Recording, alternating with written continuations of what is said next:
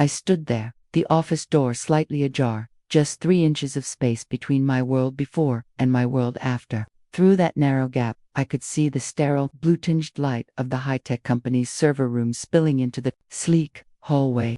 I heard his soft, intimate laughter, the kind I hadn't heard directed at me in months, followed by a woman's low murmur. A cold dread seeped into my bones. I pushed the door wider, and there she was, my sister, Laura, her auburn hair cascading over his shoulder as she straddled his lap in his ergonomic executive chair. Their mouths were locked together with the desperate hunger of new lovers, her manicured fingers tangled in his dark hair, his hands gripping her waist as if he owned her. They didn't hear me enter. They were too consumed by each other to notice. The woman who had been married to one of them for 3 years, who had shared countless family dinners and secrets with the other for 28 years of sisterhood. I stood there, frozen, for what felt like an eternity, but was likely only seconds, watching my entire life shatter into irreparable pieces. Then Laura opened her eyes and saw me over his shoulder. She didn't gasp, she didn't scramble away, she didn't even look surprised. She smiled. My name is Lena, and until that moment, I thought I knew exactly who I was. I was the dedicated senior software engineer, the one who meticulously debugged complex systems and thrived on turning intricate problems into elegant solutions. My life, from the outside, was the perfectly curated American dream. My husband, Miles, a brilliant architect, and I had been married for 3 years. We lived in a stunning penthouse apartment that boasted panoramic views of the San Francisco Bay, testament to our combined ambition and hard work. Our lives were filled with glamorous international travel, weekend getaways to Napa, and a bustling social calendar with friends and colleagues who admired our seemingly idyllic partnership. I genuinely believed I was the lucky one, the woman who had it all: a thriving career, a loving, supportive husband, and a close-knit, if sometimes complicated, family. I had always been Miles's steadfast anchor. When he toiled through late nights, hunched over his drafting table, perfecting blueprints for high-profile projects, I was there. I'd bring him endless cups of coffee and an array of healthy snacks, sometimes quietly working on my own laptop beside him, just so he wouldn't feel the isolating pressure of his deadlines. I celebrated every single one of his triumphs, from landing his very first small contract to when he became the youngest partner in his prestigious firm. My role as the older sister was equally ingrained. Laura, my youngest sister, was a talented interior designer, but her artistic flair often came with a side of disorganization and financial woes. She frequently found herself in predicaments, whether it was needing help with rent or navigating tricky client relationships. I was always the first person she called, the one who would lend money knowing it might never be repaid, or use my professional network to help her secure new clients. My mother, a retired university professor, consistently showed a clear favoritism towards Laura. She'd often praised Laura's artistic soul and creative vision, while I was merely deemed the one with a logical mind, sometimes even too practical. But I never let it bother me. I loved my life, believing it was built on an unshakable foundation of love, trust, and mutual respect. Yet, in hindsight, the cracks were already forming, insidious and almost imperceptible. For the past few months, Miles had become increasingly distant. He'd blame it on escalating work pressure, claiming his firm demanded more and more of his time. His nights away from home grew more frequent, always attributed to impromptu meetings or late-night project completions. He'd say he needed space, needed to focus. I tried desperately to believe him. I rationalized it, telling myself this was just the normal evolution of a long-term marriage, where the initial fiery romance settled into a comfortable, mature partnership. I was so wrong. The tiny red flags I had willfully ignored, the hurried way he'd hide his phone when I entered the room, the unexplained shifts in his schedule, the fleeting, evasive glances when I mentioned Laura, all of them now coalesced into a horrifyingly clear and brutal picture. I had been too busy believing the beautiful narrative I'd constructed for my own life, too trusting to see the truth unfolding right before my eyes. "Oh," Laura said, finally sliding off his lap, making no effort whatsoever to fix her disheveled appearance. "Lena, you're early," as if this were a scheduled appointment, as if I had somehow inconvenienced them by simply walking into my own husband's office. Miles adjusted his tie with practiced calm, the same indifferent gesture he made before big client presentations. His gray eyes, the very ones I'd fallen in love with during our late-night coding sessions in college, met mine with something that wasn't quite guilt, but wasn't quite defiance either. It was absolute indifference. "We need to talk," he said, as if those 4 words could somehow make sense of the scene I had just witnessed. About what? The words came out strangled, barely recognizable as my own voice. "About how long this has been going on. About how many times you've Lena, please." Lara's voice carried that familiar note of condescension she'd perfected in childhood. "Don't make this harder than it needs to be. Harder than it needs to be." I stared at her, truly seeing her. Lara had always been the beautiful one, the effortlessly confident one, the one who could walk into any room and command every ounce of attention. At 29, she was 3 years younger than me, but always acted like she was decades wiser. Today, sitting on the leather couch while Miles remained behind his desk like this was a routine business meeting, she looked radiant. "How long?" I asked, my voice flat. Miles and Lara exchanged a look. The kind of intimate, conspiratorial glance that lovers share, a silent conversation confirming their shared deception. It hit me like a physical blow. 8 months, Miles said finally. "Since my birthday party." My birthday party. The one where Lara had worn that stunning red dress and charmed all of Miles's senior partners. The one where she'd stayed late to help clean up while Miles and I were in the kitchen, arguing about his increasingly long work hours. The one where I'd actually thanked her, genuinely, for being such a wonderful sister. 8 months, I repeated numbly, the number a crushing weight. "Look, Lena," Lara said, crossing her legs, as if settling in for a casual chat. "I know this is a shock, but honestly, it's probably for the best. You and Miles, you've been growing apart for ages. Everyone can see it.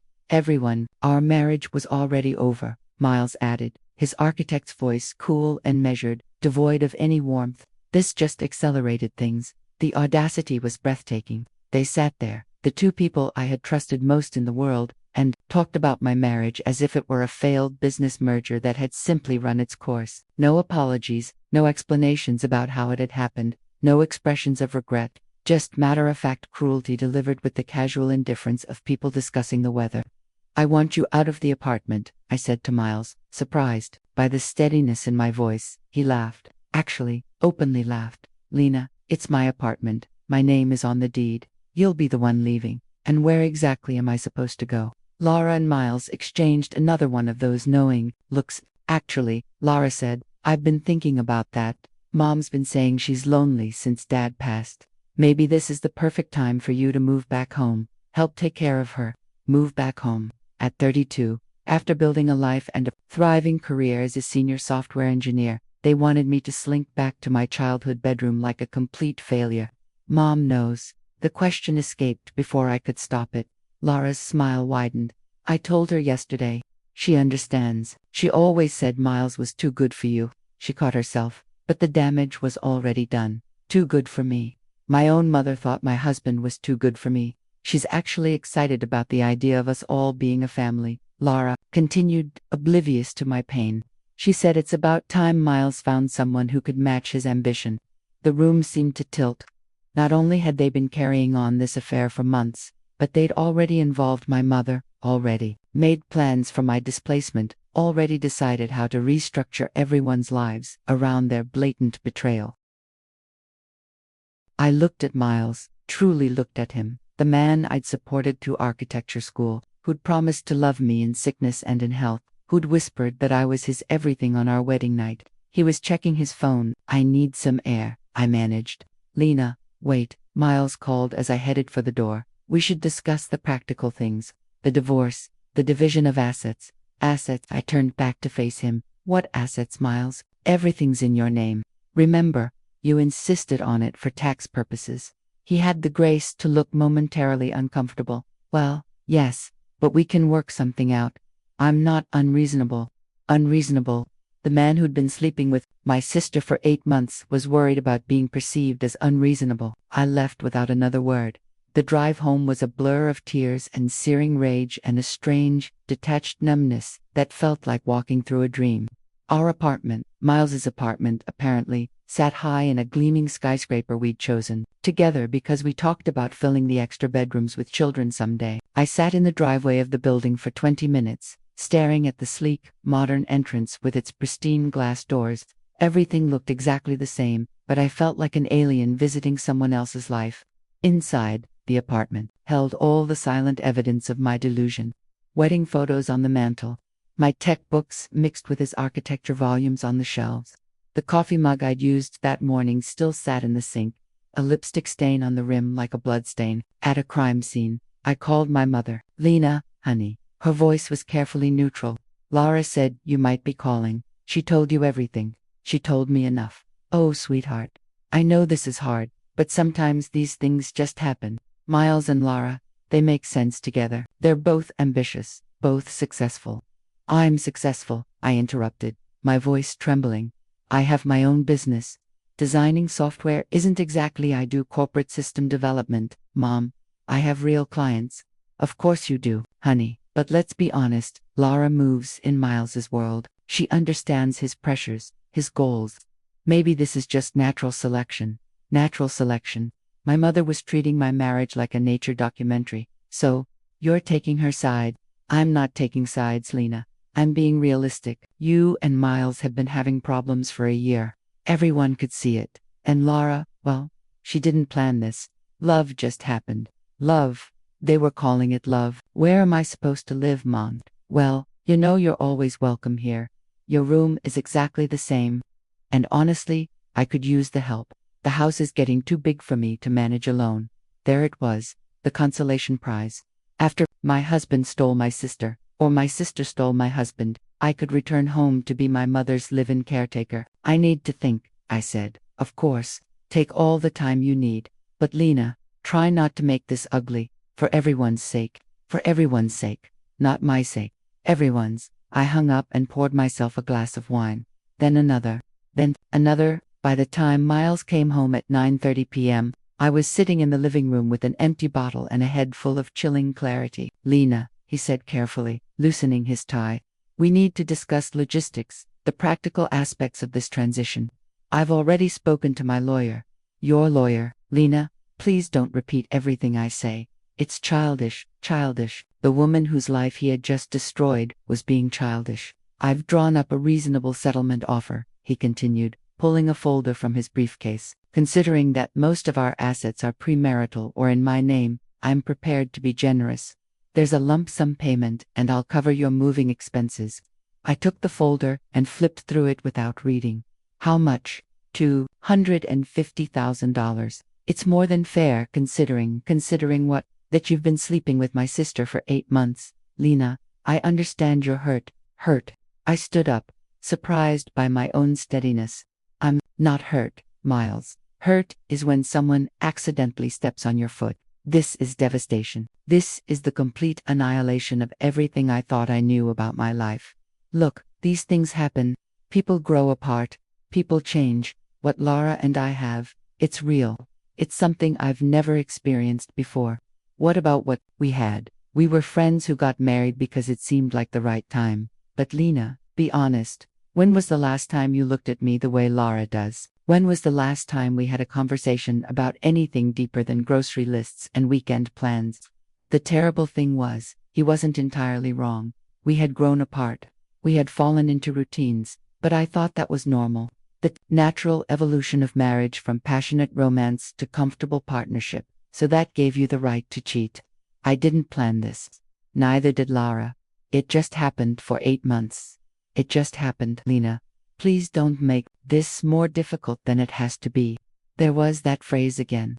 "Don't make this difficult," as if my feelings were an inconvenience, my pain an obstacle to their happiness. "I want the apartment," I said. Miles laughed. "Lena, be realistic. You can't afford the mortgage on your income, and legally, I don't care about legally. I want the apartment." "That's not how this works. I'm offering you a fair settlement. Take it or what? Or I file for divorce on grounds of irreconcilable differences, and you walk away with whatever the court decides to give you. Which, given that everything is in my name and we don't have children, won't be much." He had it all figured out. His lawyer had played all the angles, covered all the bases. I was supposed to take my $250,000 and disappear quietly so he could start his new life with my sister. When do you want me out? End of the month. That gives you 2 weeks to find somewhere else to live. 2 weeks. He was giving me 2 weeks to dismantle a life I'd spent years building. Fine, I said. Miles looked surprised. Fine, I'll be out by the end of the month. Good. I'm glad we can handle this maturely. The man who'd been conducting a secret affair with my sister for almost a year wanted to congratulate us both on our maturity. That night, after Miles had retreated to the guest room, apparently, even his conscience had its limits, I sat at my computer and began to plan. I worked until dawn, fueled by a simmering resolve. I'd always been a researcher. It's what made me excel as a senior software engineer. I knew how to dig deep into client companies, understand their intricate values and formidable competitors, and then find the perfect way to visually represent their story. Now, I turned those same honed skills toward understanding exactly what my husband and sister had done to me. The first thing I discovered was that Miles had been far more careful than I had ever given him credit for. The penthouse apartment, the luxury cars, even our joint bank account. Every single asset was meticulously structured to minimize my claim to anything we had acquired during our marriage. Every major purchase, every significant financial decision, every asset transfer had been strategically timed to occur just before our wedding, or meticulously justified as a legitimate business expense for his architectural firm. Miles Hartford, the brilliant architect, had apparently been planning for the possibility of divorce since before our wedding day, building a financial fortress around himself. The second, more chilling thing I discovered was that this wasn't their first rodeo. It took me 3 grueling days of digging through archived social media profiles, cross-referencing old photos and timelines, but I found the pattern. Miles had a history of relationships with women who were already entangled with his close female friends, business partners, or colleagues, women who existed within each other's social circles. His previous girlfriend had been stolen by her best friend. The woman before that had lost him to a colleague from his previous firm, and Lara, my beautiful, charming sister, had her own disturbingly consistent pattern. 3 previous relationships that had ended precisely when she'd gotten involved with men who were already attached. She collected unavailable men the way some people collected vintage wine for the thrill of the acquisition, not the substance. They hadn't fallen in love. They had found each other, to predators, it seemed, who enjoyed the hunt far more than the prize itself. My mother's words echoed in my mind, sharper now than ever. Lara is the light, and you are its shadow.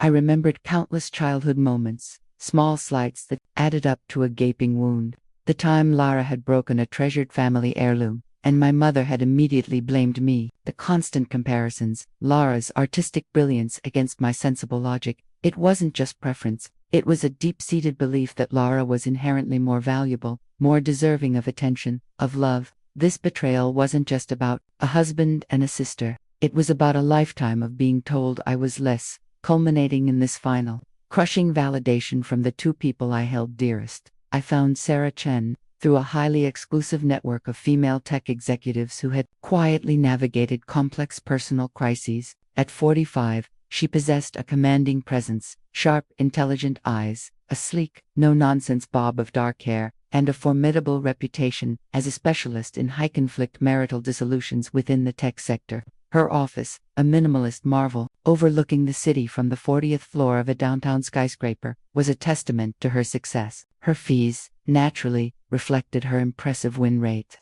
I had spent 2 days meticulously researching her cases, drawn to her specialization in divorces involving significant digital assets, complex intellectual property disputes, and, in my precise case, spouses who foolishly believed they were smarter than the system. Ms. Petrov, she said, reviewing the paltry settlement offer Miles had given me, her voice as crisp and precise as her tailored suit. Your husband's proposal is insulting. He says it's generous. He's lying. In a marriage of 3 years, with joint assets, even if only in spirit, and a dual-income household, you are entitled to significantly more than this. The fact that he structured everything to minimize your claims suggests premeditation. Premeditation, I whispered, the word a bitter echo. He's been planning for divorce since before you married. Look at the timeline. Every major purchase, every financial decision, Every asset transfer, this man has been protecting himself from a future divorce settlement since day one. I felt a wave of nausea. So he never intended for it to be permanent. I can't speak to his intentions, but I can certainly speak to his actions. And his actions suggest a man who is always planning his exit strategy. Sarah leaned back in her ergonomic leather chair, her gaze piercing. The question is, what do you want from this divorce? I thought about it. What did I want? The apartment, money, revenge. I want them to understand that I'm not going to disappear quietly. Sarah's lips curved into a faint, almost imperceptible smile, the first I'd seen since entering her office. Now we're getting somewhere. Tell me about your sister. I told her everything, the affair, the timeline, the casual cruelty, Lara's chilling lack of remorse. I told her about my mother's bewildering reaction, about the family dinners where I was expected to play nice while they openly restructured their lives around my profound betrayal. Interesting, Sarah said when I finished. Your sister works in interior design. She represents several high-end clients, and she's actively building relationships with your husband's architecture firm colleagues. She's already started networking with them, apparently positioning herself as the perfect architect's wife. Sarah made a swift note on her tablet. What about social media? Are they being discreet? I pulled out my phone and showed her the photos I'd meticulously screenshot. Miles and Lara, at industry events, at new building launches, at exclusive art gallery openings. Always carefully staged to look professional, but with an underlying intimacy that would be glaringly obvious to anyone who knew what to look for. They're being careful, Sarah observed, her eyes scanning the images, but not careful enough. What do you mean? Your husband is a junior partner at a prestigious architecture firm. Image matters immensely in his profession. Professionalism, client trust, perceived family values, stability, trustworthiness. These things profoundly affect his advancement prospects. And having an affair with his wife's sister, while simultaneously manipulating marital assets to screw said wife out of a fair settlement, that's not going to play well with the senior partners. Not at all. I felt a sudden, exhilarating spark of something that might have been hope. What can we do? We can file for divorce on grounds of adultery. We can demand a full forensic accounting of all marital assets, including digital and intellectual property. We can subpoena communications between your husband and sister to establish the precise timeline of their affair and any collaborative planning. Will that help? It will make his life very uncomfortable. And discomfort has a way of making people more reasonable about settlements. Sarah's fee was substantial, but I had just enough in my personal savings account, carefully accumulated from my software consulting, to cover the retainer. It would leave me financially drained, almost broke, but it would also leave Miles and Lara facing a fight they were clearly not expecting. One more thing, Sarah said as I prepared to leave. You mentioned that your sister's career depends heavily on her reputation in the interior design industry. Is that correct? Yes, absolutely. Why? No reason, Sarah replied, a faint, almost mischievous glint in her intelligent eyes. Just thinking about all our options. Miles received the divorce papers on a Monday morning at his office. I knew this not because I checked, but because Sarah had arranged for professional service rather than certified mail. It was a calculated move for maximum embarrassment value. I also knew because Miles called me within an hour, and his voice was shaking with unbridled rage. Lena, what the hell is this? Divorce papers. I thought that's what you wanted. Grounds of adultery, forensic accounting. You're demanding half of everything. I'm demanding what I'm legally entitled to. Miles, we had an agreement. We had your unilateral proposal. I decided to decline. There was a long, stunned pause on his end. Lena, you're making a mistake. This is going to get ugly. It's already ugly, Miles. I'm just deciding not to pretend otherwise. I won't let you destroy my career over this. I'm not trying to destroy your career. I'm trying to get a fair divorce settlement by dragging our private business through the courts, by making me look like like a man who cheated on his wife with her sister. Another agonizing pause. If you think you can embarrass me into giving you more money, I don't want to embarrass you, Miles, but I'm not going to disappear quietly so you can start your new life without consequences. Lena, listen to me carefully. If you proceed with this lawsuit, I will make sure you regret it. I have resources, connections. Are you threatening me? I'm warning you. Back down, take the settlement offer, and walk away, or this gets much worse for you. I hung up on him. Within 2 hours, Lara was at my door. Unlike her previous visits, she wasn't bringing wine or wearing a sympathetic expression. She was furious. Lena, you have to stop this. Stop what? This ridiculous lawsuit. Do you have any idea what you're doing to Miles's reputation? I'm getting divorced. It's a fairly common procedure. You're being vindictive and petty, and it's going to backfire. Miles has friends, Lena, important friends, judges, architects on review boards, other influential partners. You can't win a fight against someone with his connections. He'll crush you. Watch me. Lara stepped closer, and for the first time, I saw real worry in her eyes, not just anger. Lena, I'm trying to help you. If you keep pushing this, Miles is going to destroy you. He'll make sure you never work again, never get credit, never what? Never amount to anything. Never be worthy of the life I built. That's not what I meant. That's exactly what you meant, both of you. You've decided I'm disposable, that I should be grateful for whatever scraps you're willing to throw me, and then disappear so you can live happily ever after. Lena, please think about what you're doing. Think about Mom, about the family. I am thinking about the family. I'm thinking about what kind of family destroys one of their own, and then demands she be grateful for it. Lara's mask slipped completely. Fine. You want to play hardball.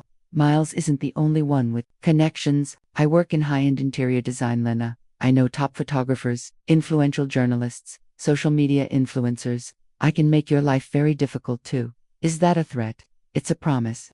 Stop this lawsuit or we'll make sure everyone knows exactly what kind of person you really are. What kind of person am I, Lara? The kind who tries to destroy her own sister's happiness out of spite. I stared at her, truly looked at her. The beautiful, confident woman who had always been everything I wasn't, and for the first time in my life, I saw her clearly. She wasn't confident. She was desperate. She wasn't successful. She was parasitic. She didn't win by being better. She won by taking what belonged to other people. Get out of my apartment, I said quietly. Lena, get out. After she left, I called Sarah. There rattled. I told her, a newfound calmness in my voice. Good, she replied, a hint of satisfaction. Rattled people make mistakes. They're also threatening to retaliate. Miles says he has connections, and Lara says she can damage my reputation professionally. Let them try. Discovery goes both ways. Ms. Petrov, if they want to play dirty, will subpoena their communications and see exactly what they've been saying about you. Conspiracy to defame a spouse during divorce proceedings doesn't look good in court. What's our next move? We wait, and we document everything. Every threat, every attempt at intimidation, every contact they make. Your husband may be an architect, but he's not thinking like one right now. He's thinking like a guilty man who's been caught. The first crack in their perfect plan came from an unexpected source, Miles's architecture firm. 2 weeks after the divorce papers were served, Sarah received a call from the senior managing partner, requesting a private meeting. Apparently, the firm had become aware of the delicate situation involving one of their junior partners and wanted to discuss options for discreet resolution. What does that mean? I asked Sarah. It means Miles's bosses are worried about publicity. A messy divorce involving adultery and financial manipulation doesn't reflect well on the firm's reputation for integrity and stability. So, they're pressuring him to settle. They're pressuring him to make this go away quickly and quietly, which gives us leverage. The second crack came from Lara's world. 3 of her high-profile interior design clients had received anonymous tips about her unprofessional conduct and were suddenly reconsidering their lucrative contracts. Apparently, someone had been sharing precise details about her personal life with key industry contacts. Are you behind this? I asked Sarah. I'm behind the legal strategy, she replied carefully, her voice betraying nothing. I can't control what other people choose to do with public information. What public information? Divorce filings are public record. Court documents detailing adultery claims are public record. If someone chose to research those records and share relevant information with your sister's professional contacts, well, that's not illegal. It's simply public interest. I was beginning to understand why Sarah commanded such high fees. The third crack was the most satisfying. Miles's mother called me. Evelyn Hartford had never been particularly warm to me during our marriage, always polite but distant. Now, she sounded genuinely distressed. Lena, dear, I just heard about the situation. The situation about Miles and your sister. I want you to know that I had no idea, and I'm absolutely horrified. Thank you, Evelyn. That means a lot. I raised my son better than this. His father would be rolling over in his grave. She paused, her voice thick with emotion. Lena, I know this is presumptuous, but I hope you'll fight for what you deserve. Don't let them push you around. After I hung up, I realized that Miles hadn't just lost a wife. He'd lost the respect of his family, his colleagues, and probably himself, even if he wasn't ready to admit it yet. The pressure was building, and it was only a matter of time before something gave way. The final confrontation happened at Miles's architecture firm's offices, in a sleek, modern conference room with floor-to-ceiling windows overlooking the sprawling San Francisco skyline. Miles sat across from me, flanked by two formidable attorneys, while Sarah sat beside me with a stack of documents thick enough to choke a horse. Miles looked terrible. His usually perfectly styled hair was disheveled, his expensive bespoke suit wrinkled, and there were dark circles under his eyes. The golden boy architect was finally showing cracks. Let's cut to the chase, Sarah began, her voice calm but firm, her words cutting through the tense silence. My client is prepared to accept a settlement of $400,000, half the value of the marital penthouse, and lifetime alimony of $6,000 per month. Miles's lead attorney, a thin, sharp-featured man named Thompson, barely suppressed a laugh. Ms. Chen, that's completely unreasonable. The marriage was only 3 years long. There are no children. There's also documented adultery, financial manipulation, and conspiracy to defraud my client of marital assets, Sarah interrupted, her voice unwavering, plus credible threats of retaliation and defamation. Your client isn't exactly negotiating from a position of strength. We dispute the characterization of financial manipulation, Thompson retorted, trying to regain control. Do you dispute the adultery? Sarah shot back, her gaze fixed on Miles. Silence. Do you dispute that your client structured marital assets to minimize his wife's claims? More silence.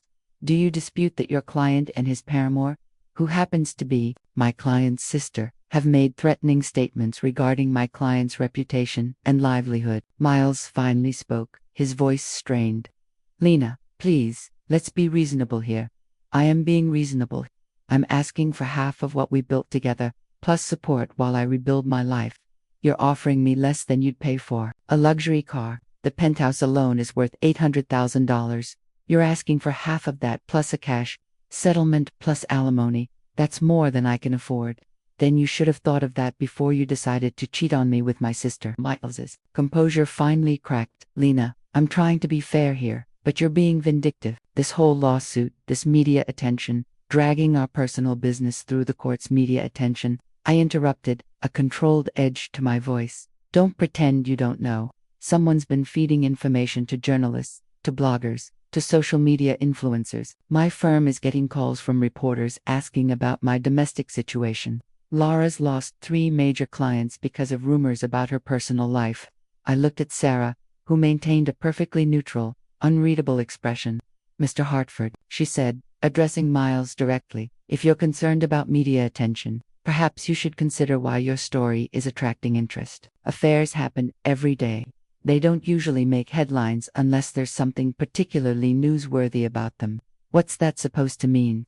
It means that a junior partner at a prestigious architecture firm, manipulating marital assets while conducting an affair with his wife's sister, makes for compelling copy, especially when that same architect threatens retaliation against his wife for demanding a fair settlement.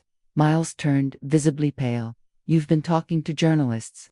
I don't talk to journalists, Mr. Hartford.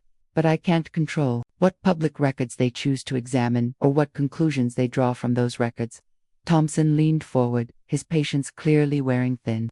Miss Chen, if you're suggesting that you've orchestrated some kind of media campaign, I'm not suggesting anything. Sarah cut him off, a faint, steely smile playing on her lips. I'm simply observing that public interest in this case seems to be growing. In fact, I received a call yesterday from a producer at Channel 9. Apparently, they're considering a segment on how divorce law can be manipulated to disadvantage women. The room went dead quiet. Of course, Sarah continued, breaking the silence, a quick, fair settlement would eliminate the need for any further media attention. My client isn't interested in publicity. She just wants what she's entitled to. Miles looked like he was going to be sick. Lena, you can't do this. My career. Your career will survive. Miles, it might even be enhanced by showing that you can handle personal adversity with grace and integrity. This isn't grace and integrity. This is extortion. No, I said quietly, looking him straight in the eye. This is consequences. We stared at each other across the polished conference table, and I saw the exact moment when Miles realized he'd lost. Not just the marriage, not just the money, but the narrative. He'd expected me to disappear quietly, to absorb the pain and humiliation in private while he moved on with his new life. Instead, I'd forced him to confront the public consequences of his choices. I need to discuss this with my client, Thompson said, his voice flat. Of course, Sarah replied, gathering her papers. We'll give you 24 hours to respond. Miles called me that evening, bypassing the lawyers entirely. Lena, we need to talk, just us. I don't think that's a good idea. Please, one conversation, without attorneys, without threats, without any of this legal maneuvering, just us. Something in his voice, a hint of genuine desperation, made me agree. We met at a discreet coffee shop downtown, neutral territory where neither of us held any specific memories. Miles looked utterly exhausted. The confident architect who had dismissed me so casually in his office was gone, replaced by a man who seemed to have aged years in just a few weeks. I never wanted it to happen like this, he said without preamble, stirring his untouched coffee. How did you want it to happen? I don't know. Cleaner, I guess. More civilized. You mean you wanted me to disappear without making noise? Miles ran his hands through his hair, a gesture of defeat. Lena, I know you hate me. I know I've hurt you in ways I can't even fully understand. But we were friends once. We cared about each other once. Can't we end this without destroying each other? I'm not trying to destroy you, Miles. I'm trying to survive this. The media attention, the legal bills, the public humiliation. This isn't survival. This is revenge. I studied his face, looking for any trace of the man I'd once loved. Do you regret it? Any of it? I regret hurting you. I regret the way it happened. I regret that we couldn't find a way to end our marriage before Laura. But you don't regret her. No, he said quietly, his gaze fixed on the steam rising from his cup. I don't regret her. At least he was honest about that much. Lena, what do you really want from this? What would make you feel like justice has been served? I thought about it. What did I want? I wanted my old life back, but that was impossible. I wanted my marriage back, but that was unthinkable. I wanted my sister back, but that was unforgivable. I want to know that there are consequences for what you did. I want to know that you can't just discard people when they become inconvenient. There have been consequences, he argued, a flicker of self-pity in his eyes. My reputation, my relationship with my family, my standing at the firm, those aren't consequences, Miles. Those are natural results of your choices. Consequences would be actually paying a price for what you took from me. Miles was quiet for a long moment, the sounds of the bustling coffee shop filling the silence. What if I agreed to Sarah's terms, the full settlement, the alimony, everything? Why would you do that? Because I'm tired, Lena. I'm tired of fighting. Tired of the stress. Tired of looking over my shoulder, waiting for the next shoe to drop. I just want this to be over. And Laura, how does she feel about you giving me half your net worth? Miles's laugh was bitter, devoid of humor. Laura thinks I should fight harder. She thinks you're bluffing, that you'll back down if we apply enough pressure. What do you think? I think I never really knew you at all. The Lena I married would never have done any of this.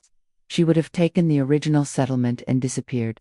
The Lena you married trusted you, Miles. She believed in the promises you made. She thought her husband and her sister were fundamentally decent people. And now she knows better. We sat in silence for a while, watching the evening crowd hurry past the windows. Finally, Miles spoke. I'll agree to the settlement, all of it, all of it. What about Laura? What about her? She's not going to be happy about this. Are you prepared for that? Miles's smile was grim, almost a sneer. Lena, in the past month, I've learned something interesting about your sister.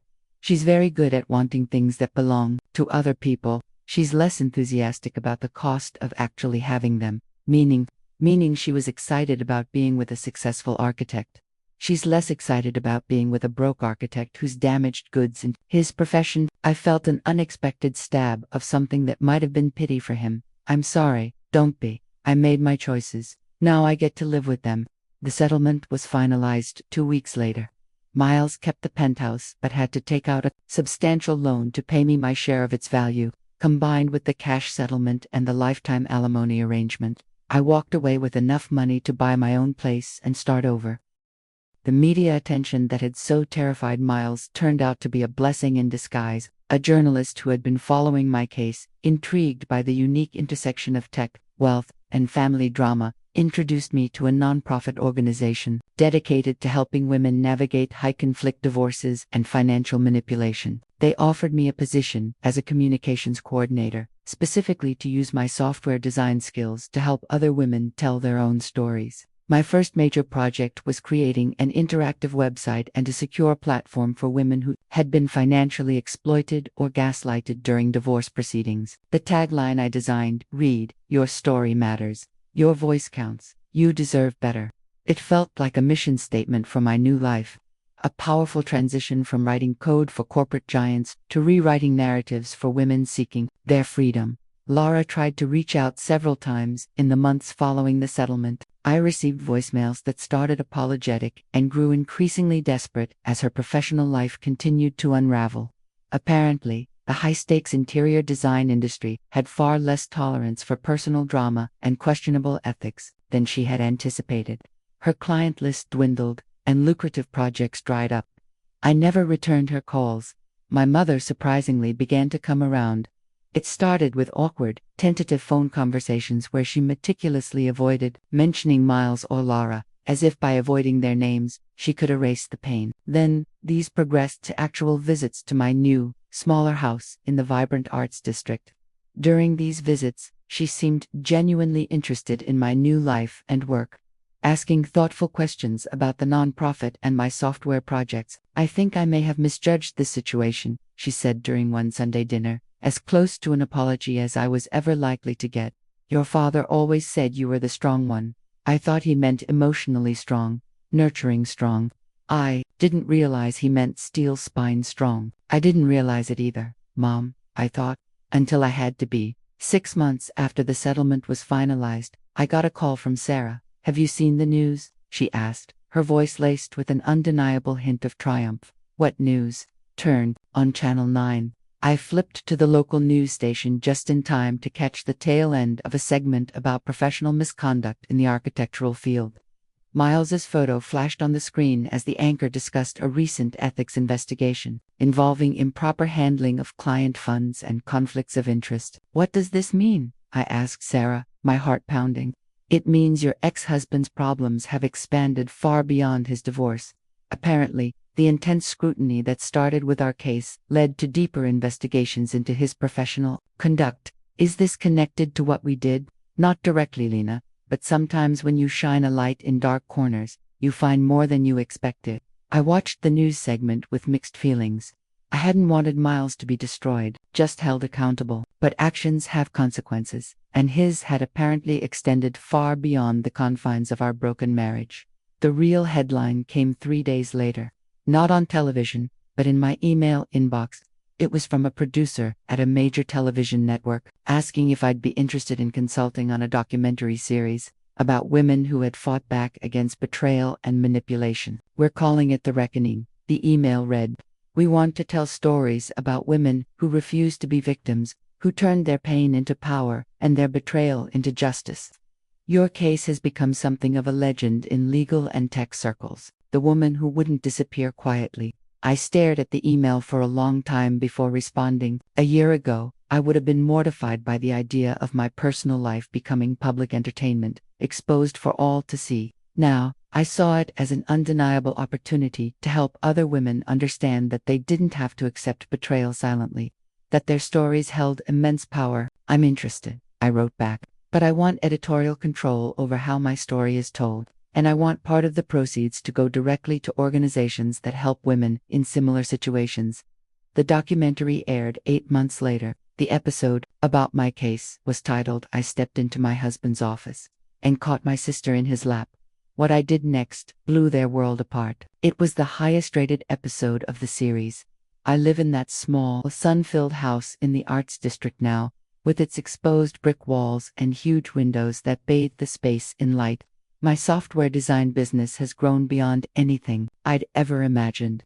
Not just thanks to high-tech projects, but also through designing impactful websites for women's advocacy groups. It's fueled in part by referrals from women who had seen the documentary and wanted to work with someone who understood the power of controlling your own narrative.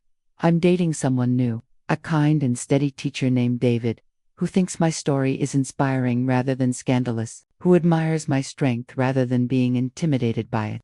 We're taking things slowly, building something based on honesty, mutual respect, and genuine connection, rather than convenience and unexamined assumptions. Miles moved to another state after his architectural license was suspended. I heard through mutual acquaintances that he's working for a small firm doing routine property closings, a far cry from his previous ambitions and the grand projects he once dreamed of. He and Laura broke up 7 months after the settlement. Apparently, their real connection couldn't survive the mundane reality of everyday life. Stripped of its forbidden romance, Laura tried to rebuild her career in high-end interior design, but found that reputation follows you relentlessly in small, interconnected industries. The last I heard, she was working for a corporate communications firm in another city. A respectable but unremarkable job that pays the bills but doesn't feed her insatiable ego. My mother and I have rebuilt our relationship on new terms. She comes to dinner every Sunday, and we talk about books, politics, and my impactful work with the nonprofit. She never mentions Miles or Laura unless I bring them up first, which I rarely do. I don't hate them anymore. Not Miles, not Laura, not even myself for the years I spent being someone smaller than I needed to be. Hate is exhausting, a draining emotional burden, and I have far better things to do with my energy, but I haven't forgiven them either. Forgiveness implies that what they did was forgivable, and I don't believe it was. You don't forgive someone for murder because they seem sorry about it afterward. You don't forgive profound betrayal just because the betrayers have moved on.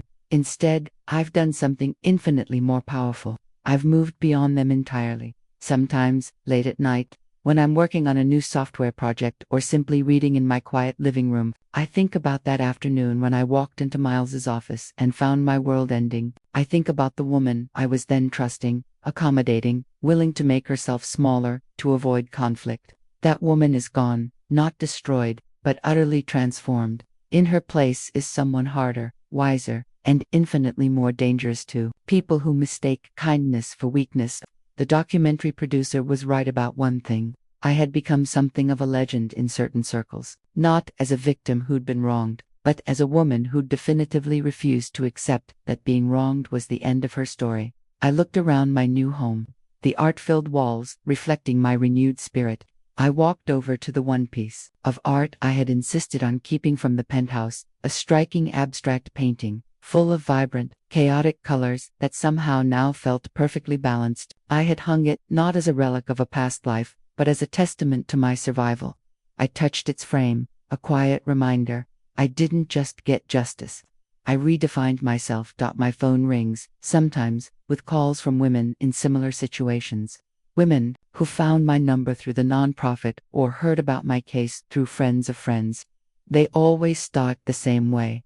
I don't know what to do. I feel so powerless, and I always tell them the same thing. You're not powerless. You just haven't figured out how to use your power yet. Because that's what I learned in those brutal months of legal battles, relentless media attention, and devastating family drama. Everyone has power. The question is whether you're willing to use it. I was, and it made all the difference. The headlines that followed weren't just about my specific case. They were about a choice. The choice to fight back, to demand better, to refuse to disappear quietly into someone else's narrative of your life. It's a choice every woman faces at some point, in some form. And when they ask me about it now, when they want to know how I found the courage to fight when everything seemed stacked against me, I tell them the truth. I didn't find courage, I found clarity. And once you see clearly, everything else becomes possible. If my story resonated with you, if you've ever felt the sting of betrayal or the quiet pressure to disappear, then you are not alone. Your voice matters. Please, share your thoughts in the comments below. Have you ever faced a moment of profound clarity that changed everything? How did you reclaim your power? And if this story inspired you to stand taller, to fight for your own truth, then remember to hit that like button, subscribe to the channel, and share this video with another woman who needs to hear it. Together, we can turn pain into power and betrayal into undeniable justice.